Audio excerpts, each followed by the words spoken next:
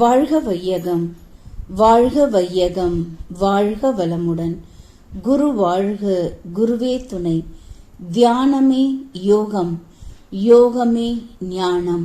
தமிழ் ஆனந்த யோகம். வாழ்க வளமுடன். தமிழ் ஆனந்த யோகத்தின் இன்றைய சிறப்பு சிந்தனை துளி: இனப்பெருக்கம் மனித இனத்திற்கு தேவையா?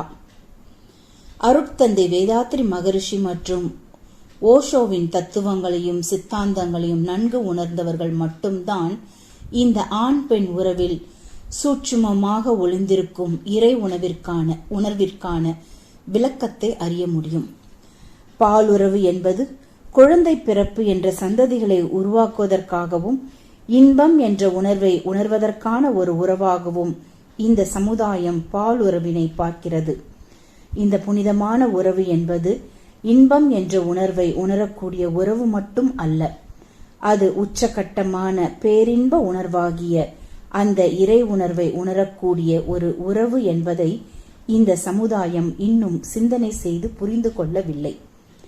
இனப்பெருக்கம் என்ற குழந்தை பேறு என்பது மனித இனத்திற்கு தேவையா என்றால், இறை உணர்வு பெற்ற இடத்தில் இது தேவையே இல்லை என்றுதான் கருத வேண்டும். இறை உணர்வை பெற முடியாமல் இருக்க பழ வினைகளும் புகு வினைகளும் காரணமாக இருக்கிறது. அதாவது மனிதன் அதை பெறுவதற்காக, அந்த கர்ம வினைகளை எல்லாம் கழிப்பதற்காக, அந்த உணர்வை பெறுவதற்காக குழந்தையாக உருவெடுக்கிறான்.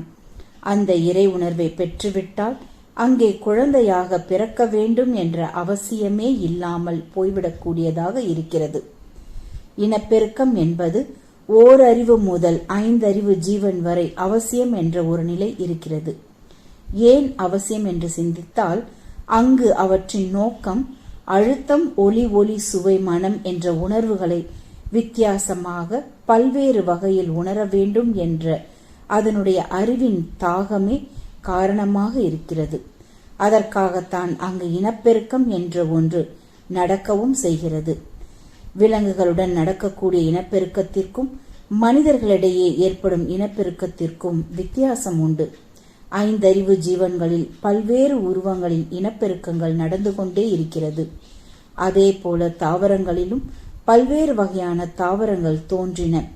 இவைகள் இத்தனை வகைகளாக ஏன் தோன்றியது என சிந்தித்தால், அழுத்தம், ஒளி, சுவை, மனத்தை ஒவ்வொரு விதமாக அனுபவம் செய்வதற்காக மட்டும்தான் என்பதை அறிந்து கொள்ள முடியும். ஆனால் மனிதர்களிடத்திலோ ஒரே உருவத்தில்தான் மனிதன் பிறந்து கொண்டே இருக்கிறான். பல்வேறு உருவங்கள் ஏன் இல்லை என்று யாரும் சிந்திப்பதில்லை.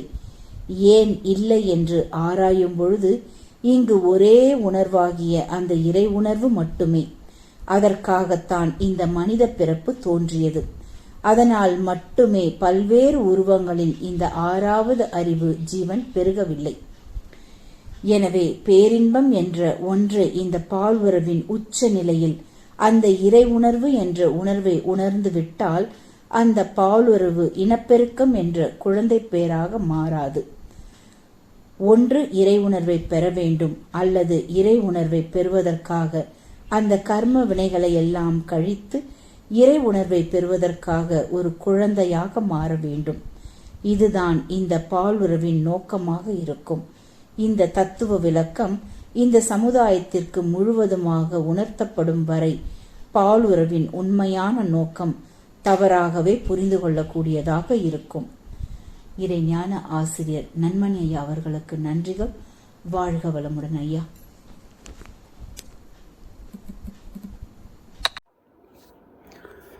வாழ்க வையகம், வாழ்க வையகம், வாழ்க வளமுடன். குரு வாழ்க, குருவே துணை. குருவின் மலரடி போற்றி. இன்றைய சிந்தனை துளிகள் வாசித்த ரிஷி பாபா அம்மா அவர்களுக்கு நன்றி.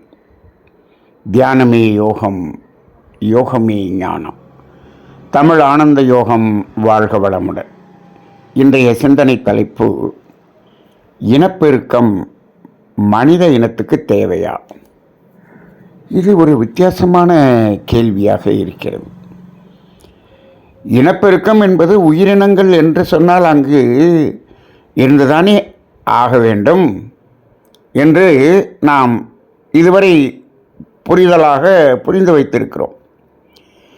இப்போ இந்த இனப்பெருக்கத்தின் நோக்கம் என்ன என்பதை தெரிந்து கொள்ள வேண்டும் என்று சொன்னால், இந்த உயிரின தன்மாற்றத்தினுடைய நோக்கம் என்ன என்பதை முதலில் உணர்ந்து கொண்டால்தான் இந்த இனப்பெருக்கத்தின் நோக்கத்தை புரிந்து கொள்ள முடியும். இப்போ இந்த உயிரினம் என்பது தோன்றியதற்கான காரணம் என்ன?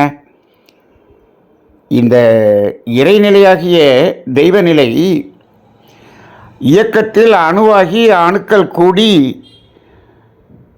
பஞ்சபூதங்களாக மாறியது. அந்த பஞ்சபூதங்கள் மட்டும் இந்த பிரபஞ்சமாக மாறி இருந்ததல்லவா? அதன் பிறகு ஆறாவது பூதம் என்று ஒன்று தோன்றவில்லை. அங்கு என்ன ஆனது என்று சொன்னால், அந்த 5 பஞ்சபூதங்கள் என்பதின் வெளிப்பாடாக இருக்கக்கூடிய அழுத்தம், ஒளி, சுவை, மனம் என்ற அந்த காந்த தன்மாற்றத்தை உணர்வதற்காக உயிர் என்று ஒன்று இந்த 5 பஞ்சபூதங்களின் இணைப்பாய் இணைந்து உயிரின் படர்க்கை நிலையாகி மனம் என்று தோன்றி, இந்த மனதின் மூலமாக இந்த அழுத்தம், ஒளி, சுவை, மனம் என்ற 5ஐயும் உணர்வதற்காக ஓரறிவு முதல் 5 அறிவு ஜீவன் வரை மலர்ந்தது. அப்போ அதனுடைய நோக்கம் என்ன? இந்த அழுத்தம், ஒளி, சுவை, மனம் என்பதை உணர வேண்டும். எது உணர வேண்டும்? மனம் உணர வேண்டும். மனம் உணர்கிறதா? மனதின் அடித்தளமாகிய அறிவாகிய தெய்வம் உணர்கிறதா? அறிவாகிய தெய்வம்தான் உணர்கிறது. மேல் மனம் என்பது மனம், அடிமனம் என்பது அறிவாகிய தெய்வம்.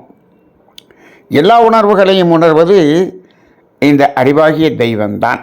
சரி, அந்த அழுத்தம், ஒளி, சுவை, மனம் என்பதை பல்வேறு விதமாக உணர்வதற்காகத்தான் பல லட்சக்கணக்கான உருவங்களில் ஒவ்வொரு ஜீவனும் தோன்றியது என்பதை பார்க்கிறோம்.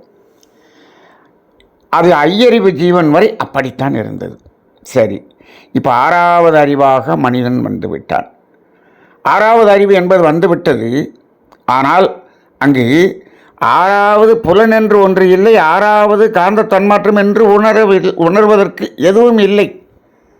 அப்போ இந்த 6வது அறிவினுடைய வேலைதான் என்ன என்று பார்க்கும் பொழுது, அது தன்னையே உணர வேண்டும் என்ற இறைவனை உணர வேண்டும், இறை உணர்வு பெற வேண்டும் என்பதுதான் மனித உருவத்தின் நோக்கம். அங்கு இறைவனை உணர வேண்டும், இறைநிலையை உணர வேண்டும். அப்போ மனித உருவம் உலகம் முழுவதும் 850 கோடி மனித உருவமும் ஒரே மாதிரியாகத்தான் இருக்கிறது. இதில் வேறு வேறு உருவங்களில் இந்த 6 அறிவு ஜீவன் தோன்றவில்லை. ஏன் என்று கேட்டால், இதுவே நமக்கு என்ன உணர்த்துகிறது என்று சொன்னால், அது இறை உணர்வு பெறுவதற்காகத்தானே. அங்கு பல்வேறு இறை நிலைகள், இறைவன்கள் வேறு வேறாக இருந்திருந்தால் இங்கு வேறு வேறாக உருவங்கள் தோன்றி இருக்கும். ஒரே உருவந்தான் இருக்கிறது என்று சொல்லும் பொழுது இறைவன் ஒருவனே என்பதை இந்த இடத்தில் நாம் ஊர்ஜிதம் செய்ய முடிகிறது. ஆனால் இங்கு ஒவ்வொரு மதமும் ஒவ்வொரு இறைவனை சொல்லிக் கொண்டிருக்கிறது. ஆனால் சொல்லிக்கொண்டிருக்கக்கூடிய எல்லாமே அதே ஒரே இறைவன்தான் என்பதை உணராத நிலையில்தான் இப்பொழுது மனிதர்கள் இந்த மதம் என்பதை வைத்துக்கொண்டு சண்டையிட்டு கொண்டு இருக்கிறார்கள். சரி, அங்கு அப்போ மனிதனுடைய நோக்கம் இறை உணர்வு பெறுவது என்பதுதான் நோக்கமாக இருக்கிறது. சரி, இப்போ மனிதனில் இனப்பெருக்கம் நடந்து கொண்டிருக்கிறதே, 850 கோடி ஜீவன் இவ்வளவு வளர்ந்திருக்கிறது என்று சொன்னால் இனப்பெருக்கம் நடந்து கொண்டிருக்கிறது, குழந்தைகள் பிறந்து கொண்டே இருக்கிறது, மனிதர்கள் பெருகிக்கொண்டே இருக்கிறார்கள். அப்படித்தானே? அப்போ இங்கும் அதே நிலைதானே நடக்கிறது என்று சொன்னால், ஏன் இந்த இனப்பெருக்கம் நடந்து இவ்வளவு ஜனத்தொகை பெருகிக்கொண்டு இருக்கிறது என்று சொன்னால், இறை உணர்வு பெறவில்லை. இறை உணர்வு பெறாத இந்த மனித மனம் அது என்ன ஆகிறது? அது மீண்டும் மீண்டும் மீண்டும் பிறப்பெடுக்கிறது குழந்தைகளாக. எதற்கு? இறை உணர்வு பெறுவதற்காக. ஒரு குழந்தை பிறக்கிறது என்று சொன்னால் அது இறை உணர்வு பெறுவதற்காகத்தான், உணர்வதற்காகத்தான் பிறக்கிறது. இப்போது மகரிஷியினுடைய கவி என்ன சொல்லுகிறது? வினைப்பதிவாம் சுமையை விடுத்து தூய்மை பெறவே நினைவாய் உடல் எடுத்தேன் என்று இந்த பிறப்பினுடைய நோக்கத்தை அங்கு சொல்லுகிறது. அப்போ அது இறை உணர்வு பெறுவதற்காகத்தான் குழந்தை. சரி, அங்கே வினைப்பதிவாம் சுமையை விடுத்து தூய்மை பெறவே என்று சொன்னால் அந்த இறை உணர்வை பெறுவதற்கு தடையாக இருக்கக்கூடிய இந்த வினைப்பதிவு அந்த சுமையை குறைத்து அதை அழித்து அதை நீக்கி இறை உணர்வு பெறுவதற்காக இந்த ஒரு குழந்தை பிறக்கிறது. ஆனால் அது என்ன ஆகுது? நிலம் மீது விழுந்த பின்னே இணை மறந்தேன் என்னன் வினை மறந்தேன். அப்புறம் என்ன ஆகுது? இது திருப்பி வினைப்பதிவை கூட்டிக் கொண்டே இருக்கிறது. இப்படி வினைப்பதிவு கூட கூட கூட கூட ஜனத்தொகை பெருகிக்கொண்டே இருக்கிறது. அப்போ எதுக்கு? இந்த வினைப்பதிவை குறைப்பதற்காக இந்த இனப்பெருக்கம் என்பது நடக்கிறது. அப்படி அங்கு வினைப்பதிவே இல்லை என்று சொன்னால் குழந்தை பிறப்பு என்பதே இருக்காது. இப்போ மகரிஷி அவர்களுக்கு குழந்தை இல்லை. இப்போது கர்மவினை என்பது குறைவாக இருந்தால் அங்கு குழந்தை பிறப்பு இருக்காது. ஏன்? அவசியம் இல்லை. அப்போ என்ன ஆகுது? மினிமம் லெவலில் நம்ம அதாவது வினைப்பதிவை குறைத்து வைத்து விட்டோம் என்று சொன்னால் அங்கு தாம்பத்தியம் என்ற இணைப்பு நடக்கும். ஆனால் குழந்தை பிறக்காது. ஏன்? அது குழந்தையாக உருவெடுக்க வேண்டியது எது? அந்த கர்மவினை தானே குழந்தையாக உருவெடுக்கிறது. அங்கு கர்மவினை இல்லை என்று சொன்னால் அங்கு குழந்தை பிறப்பதற்கான அவசியம் இல்லை என்பதை நாம் நன்கு உணர்ந்து கொள்ள வேண்டும். ஆனால் அந்த தாம்பத்தியம் என்பது நடக்கிறதே, அது எதற்காக நடக்கிறது என்று ஒரு கேள்வி எழலாம். பொதுவாக இன்றைக்கு மனித சமுதாயத்தில் தாம்பத்தியம் என்பது அதனுடைய நோக்கம் என்ன என்று சொன்னால், ஒன்று இந்த உடல் ரீதியான தேவையை பூர்த்தி செய்து அந்த இயற்கை தேவை பூர்த்தியான இடத்தில் இன்பம் என்பதை அனுபவிப்பதற்கு, அதன் பிறகு அதை அனுபவிப்பதற்கான ஒரு நிலையில் மீண்டும் பிறந்து இந்த கர்மவினையை கழிப்பதற்காகவும் இந்த உலக இன்பங்களை அனுபவிப்பதற்காகவும் குழந்தையாக பிறப்பது என்பது. அப்போ இங்கு என்ன ஆகிறது என்று சொன்னால், ஒன்று இன்பம் என்ற உணர்வை பெறுவது, இன்னொன்று குழந்தை பிறப்பு. இந்த இரண்டுக்காகத்தான் இந்த தாம்பத்தியம் என்று இருக்கிறது. ஆனால் கர்மவினை நீங்கிவிட்டது என்று சொன்னால் அங்கு அந்த இன்பம் என்ற நாட்டம் என்ன ஆயிரும்? குறைந்து விடும். அந்த தாம்பத்தியத்தில் இங்கே ரெண்டு இருக்குதுன்னு சொல்கிறோம். இன்பம் என்று ஒன்று இருக்கிறது என்று சொல்கிறோம், அது பேரின்பம் என்று ஒன்று இருக்கிறது என்று சொல்கிறோம். தாம்பத்தியத்தில் இன்பம் பேரின்பம்.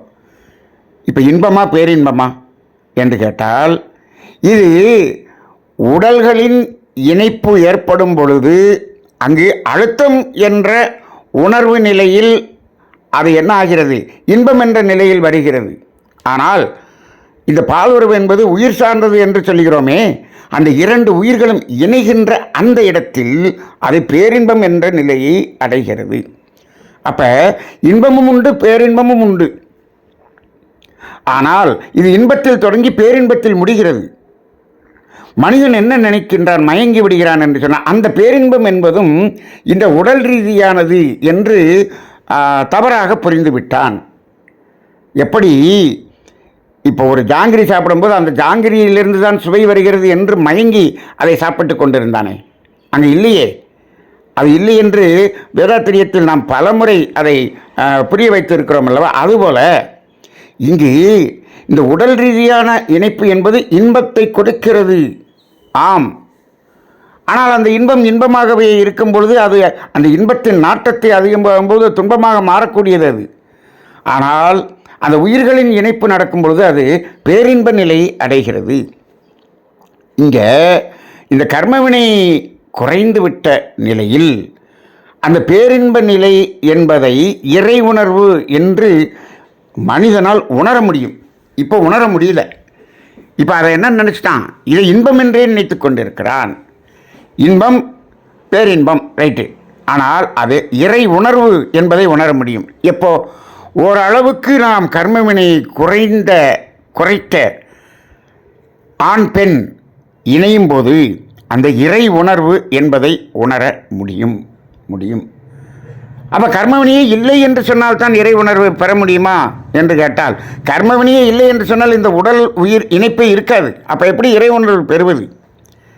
இதை ஒரு இடத்தில் பகவத்கீதையில் ஒரு இடத்துல என்ன சொல்கிறாங்கன்னா, ஒரு மனிதனை யமன் கூட்டி சென்று விட்டான். மேலே அங்கு சென்றவுடன் அவன் கேட்கிறான், என்னை எப்படி இவ்வளவு சீக்கிரமாக கூட்டிட்டு வந்துட்டீங்களே, நான் இன்னும் அனுபவிக்க வேண்டியதெல்லாம் நிறைய இருக்கிறதே, நீங்கள் இப்படி என்னை அழைத்து வந்து விட்டீர்களே என்று இந்த மனிதன் கேட்கிறான். உனக்கு காலம் முடிந்து விட்டதப்பா, நாங்கள் கூட்டி வந்து விட்டோம் என்று சொல்லுகிறார் அந்த யமன். இப்போது அவன் சொல்கிறான், நான் என்னை மட்டும் கூட்டி இங்கே அழைத்து வந்து விட்டீர்கள், என்னுடைய சொத்துக்கள், என்னுடைய வீடு, என்னுடைய வசதிகள் எல்லாவற்றையும் அங்கேயே விட்டுவிட்டு இங்கு வந்து விட்டேனே என்று சொல்லுகிறான். அப்பொழுது அவன் சொல்கிறான், அதுவெல்லாம் உனது அல்லப்பா, உன்னுடையது அல்ல, அது உடல் அனுபவம் செய்வதற்காக, அது உடலினுடையது, அந்த உடலையும் அங்கே விட்டு வந்து விட்டோம், ஆனால் அது உன்னுடையது அல்ல என்று சொல்லிவிட்டார். சரி, அப்படி என்றால் என்னுடைய மனைவி, என்னுடைய குழந்தைகள், அவர்களை அங்கே விட்டு வந்து விட்டேனே என்று கேட்கிறார்கள்.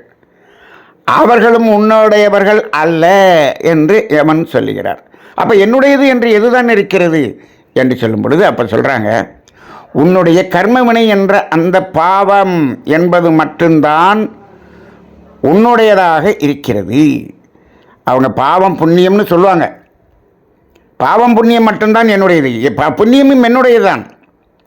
ஆனால் கடைசியில் இருப்பாக இருப்பது அந்த பாவம் என்ற கர்மவினை மட்டும்தான், அது மட்டும்தான் என்று சொல்லுகிறார். அப்போ என்ன சொல்கிறாரு, அந்த இடத்துல ஒரு சொம்பு அந்த இடத்துல காமிக்கிறாங்க. ஒரு சொம்பு நிறைய அங்கே நீர் இருக்கிறது. இந்த இந்த இந்த சொம்பின் அளவுக்கு உன்னுடைய கர்மவினை இருந்தால் அது உன்னை ஒன்றும் செய்யாது. இந்த இந்த சொம்பு நிரம்பி அதன் பிறகு ஒரு துளி அங்கே அந்த கர்மவினை அதிகரித்தாலும் அதை நீ அனுபவிப்பதற்கு, துன்பமாக அனுபவிப்பதற்கு மீண்டும் பிறக்க வேண்டியிருக்கும் என்று அந்த இடத்தில் ஒன்று சொல்லப்படுகிறது. இப்போது அந்த இடத்துல என்னென்னா, ஒரு சொம்பு என்பதை தாண்டி வர்றது தான் நமக்கு கர்மவினையாக விளைவாக வருகிறது என்று சொல்லுகிறார்கள். அப்போ அந்த ஒரு சொம்பில் இருக்கிறது அது மினிமம் லெவல், அது மினிமம் லெவல். இப்போ இங்கே பெரிய ஞானிகள் கூட அந்த சொம்பு நிறையக்கூடிய அளவில் மட்டும் கர்மவினை வைத்திருந்தால் இந்த உடலோடு உயிரோடு இருப்பார்கள். அது அதிகமாகும் போது தான் அங்கு என்னாகிறது, அது துன்ப விளைவாக வருகிறது, பிறப்பாக எடுக்க வேண்டி இருக்கிறது. அப்போ இந்த மினிமம் லெவலில் இருக்கக்கூடிய கர்மவினை எப்பொழுது நமக்கு வருகிறதோ, அப்படிப்பட்ட ஆண் பெண் இணையும் போது அங்கு குழந்தை பிறப்பு, இனப்பெருக்கம் என்பதே நடக்காது, குழந்தை பிறப்பு என்பதே இருக்காது, கரு உருவாகாது. ஆனால் அவர்கள் அந்த உயிர்களின் இணைப்பிலே இறை உணர்வை பெற முடியும். இதைத்தான் காமத்திலிருந்து கடவுளுக்கு என்று ஓஷோ அவர்கள் எழுதுகிறார். அது உயிர் சார்ந்தது என்பதை நம் வேதாத்திரியத்தின் மூலமாக நாம் உணர்த்தி இருக்கின்றோம். அந்த இடத்தில் அந்த இரண்டு உயிர்கள், அந்த கர்மவினை ஓரளவுக்கு குறைந்த இரண்டு உயிர்கள் இணையும் போது அங்கு இறை உணர்வு பெற முடியும். மகரிஷி அவர்கள் அந்த தாம்பத்தியத்தின் போது என்ன சொல்லுகிறார், அதாவது இது அஸ்வினி முத்திரை செய்து அந்த உயிர்கள் இணையும் போது ஓஜஸ் என்ற ஒரு நிலையில் இணைய வேண்டும் என்று ஒரு பயிற்சி மகரிஷி கொடுக்கிறார். இது ஆரோக்கியம் சார்ந்தது. ஆனால் இந்த கர்மவினை ஒரு குறைந்த நிலையில் அந்த உயிர்கள் இணையும் பொழுது இரண்டு நபர்களின் மனமும் சகசிராதாரம் என்ற உச்சியில் நிற்கும்போது அங்கு இறை உணர்வை உணர முடியும். ஆக இது இந்த இறை உணர்வு பெறக்கூடிய ஒரு நிலையை ஒரு மனிதன் அடைந்து விட்டால் அங்கே இனப்பெருக்கம் என்பது தேவையில்லை இல்லை, அங்கே நடக்காது. ஏனென்று சொன்னால் தேவையில்லை. இப்போ நாம் நேற்றைய சிந்தனையிலே பாவம் என்று ஒன்று இல்லை என்று சொன்னால் புண்ணியம் என்பது தேவையில்லை என்று சொன்னோம் அல்லவா? அதே போலதான் இங்கு கர்மவினை என்ற ஒன்று இல்லை என்று சொன்னால் அங்கு இனப்பெருக்கம் என்பது தேவையில்லை என்ற ஒரு நிலை இருக்கிறது. இந்த நிலையை அடைவதுதான் மனிதனுடைய நோக்கமாக இருக்கிறது. ஆனால் இன்றைய விஞ்ஞான இந்த பொருள்களை உற்பத்தி செய்து வளர்ச்சி செய்து செய்து செய்து இது எல்லாத்தையும் அது வியாபாரம் செய்ய வேண்டும் என்று சொன்னால் நிறைய மக்கள் வேண்டும், இனப்பெருக்கம் வேண்டும் என்று அதை இந்த வியாபார ரீதியாக பார்க்கிறது, வாழ்க்கை ரீதியாக பார்க்கவில்லை. இப்பொழுதெல்லாம் இந்த தென்கொரியாவிலிருந்து அமெரிக்கா வரை இந்த பெண்களிடம் ஒரு இயக்கம் தொடங்கி நடந்து கொண்டிருக்கிறது. 4B என்று சொல்லுகிறார்கள். அது இந்தியாவுக்கும் கூடிய விரைவில் வந்துவிடுமோ என்றும் நினைத்து கொண்டிருக்கிறார்கள். அது இந்த ஆண்கள் மேல் இருக்கக்கூடிய வெறுப்பு, பெண்களை ஒரு போகப் பொருளாக இந்த ஆண்கள் பார்த்ததினால் வந்த விளைவு. அவர்கள் என்ன சொல்லுகிறார்கள்? 4 விதமான நோ என்று அவர்கள் ஒரு இயக்கத்தை ஆரம்பிக்கிறார்கள். No dating, no sex, no child birth, no marriage. அப்போ திருமணம் செய்து கொள்வதில்லை, இந்த பாலுணர்வில் ஈடுபடுவதில்லை, அந்த குழந்தை பிறப்பு பெற்றுக்கொள்ள போவதில்லை, ஆண் பெண் உறவு என்பதே இல்லை என்று ஒரு இயக்கம் தொடங்கி அந்த இயக்கம் தென்கொரியாவிலிருந்து அமெரிக்கா வரை அது வளர்ந்து கொண்டு இருக்கக்கூடிய நிலை என்று சொல்லுகிறார்கள். அப்போ என்னாச்சு? இப்போது இனிமேல் அந்த குழந்தை பிறப்பிலிருந்து அவங்க வெளியில் போகிறதுக்கான நிலை பார்க்கிறார்கள். சரி, இப்போ இது ஒரு வெறுப்பின் அடிப்படையில் அது செல்லக்கூடியதாக இருக்கிறது. ஆனால் இப்படி எப்படி சென்றிருக்க வேண்டும் என்று சொன்னால், இது உணர்ந்து மனிதனுடைய உணர்வை, மனிதனுடைய நோக்கத்தை உணர்ந்து இவர்கள் இந்த நிலையை அடைந்திருக்க வேண்டும். நமது நாட்டில் ஒரு துறவு என்பது அந்த உணர்வு நிலையில் கொடுக்கப்பட்டது. இது உணராத நிலையில் வெறுத்து அந்த நிலைக்கு செல்லக்கூடிய ஒரு நிலை பார்க்கிறோம். இது இந்தியாவிலும் கூடிய விரைவில் வளர்ந்துவிடும் என்று அறிஞர்கள் சொல்லிக் கொண்டிருக்கிறார்கள். இப்போ என்ன தேவை இருக்கிறது? இப்போ அப்படிப்பட்ட பெண்களுக்கு நாம் இந்த தத்துவத்தை உணர்த்த வேண்டி இருக்கிறது.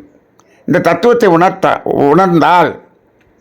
உணர்ந்தால் அவர்கள் இதனுடைய நோக்கத்தை புரிந்து கொண்டால், அவர்கள் இது எதற்காக என்பதை அவர்கள் அந்த காரணத்தை உணர்ந்து கொள்வார்கள்.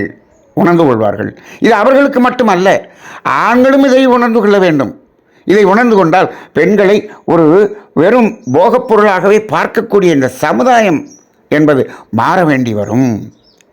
அப்போ இந்த ஆண் பெண் நட்பு என்பது எப்படி என்று சொன்னால் இரண்டு நோக்கம்தான்.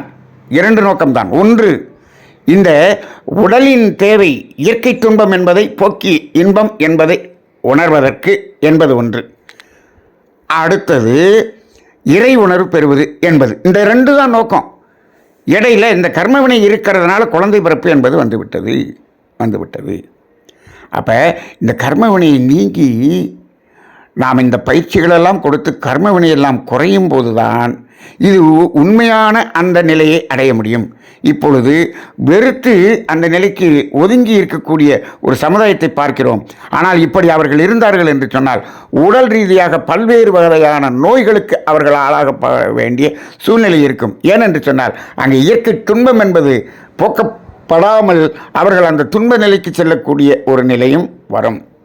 அப்போ இந்த கல்வி, எந்த கல்வி? இந்த பாலுணர்வு கல்வி என்ற தத்துவம் இப்பொழுது சமுதாயத்துக்கு கொடுக்கப்படாதது மிக மிக மிக மிக இப்பொழுது அவசியம் என்ற ஒரு நிலையை நோக்கி சமுதாயம் சென்று கொண்டிருக்கிறது. ஆக இந்த மனித இனத்துக்கு இந்த இனப்பெருக்கம் என்பது தேவையே இல்லை. எப்பொழுது கர்மவினை குறைய குறைய குறைய இது தேவையில்லை என்ற ஒரு நிலை வரும். அந்த நிலையை உணர்த்துவதுதான் ஆன்மீகம். இதை வேதாத்திரியம் ஓரளவுக்கு உணர்த்தியிருந்தாலும் ஓஷோவினுடைய தத்துவம் இதை முழுமையாக வெளிப்படையாக உணர்த்தி இருக்கிறது என்பதை இந்த சிந்தனையில் நாம் சிந்தனையாக கொள்கிறோம். இந்த சிந்தனையை ஆழ்ந்து சிந்தனை செய்து பாருங்கள். இதை சிந்திப்பதற்காக எடுத்துக்கொள்ளுங்கள். இதை அப்படியே நீங்கள் கேட்டுவிட்டு செல்ல வேண்டாம். இதை ஆழ்ந்து சிந்தித்து பாருங்கள். இப்போ 6வது அறிவு மனிதன், 6வது அறிவின் நோக்கம் என்ற அடிப்படையை சிந்தித்து மனித உருவம் ஒரே உருவமாக இருக்கிறது என்பதையும் சிந்தித்து இங்கு நமது நோக்கம் என்பது இது ஒன்றுதான் என்ற அளவில் அதை சிந்தித்து பாருங்கள். கர்மவினை குறைப்பதற்கான அந்த புண்ணியம் என்ற செயலில் ஈடுபடுங்கள். அதன் பிறகு இறை உணர்வு பெறக்கூடிய அளவில் அந்த இணைப்பை, ஆண் பெண் இணைப்பை வைத்துக்கொள்ளுங்கள். அங்கு இறை உணர்வு அங்கு ஒவ்வொரு மனிதர்களாலும் ஒவ்வொரு குடும்பத்தில் உள்ள ஒவ்வொரு அந்த தம்பதியர்களிடமும் அது உணர்வாக மலர வேண்டும் என்ற அடிப்படையில் இந்த தத்துவத்தை புரிந்து கொள்வோம். வாழ்க வளமுடன்.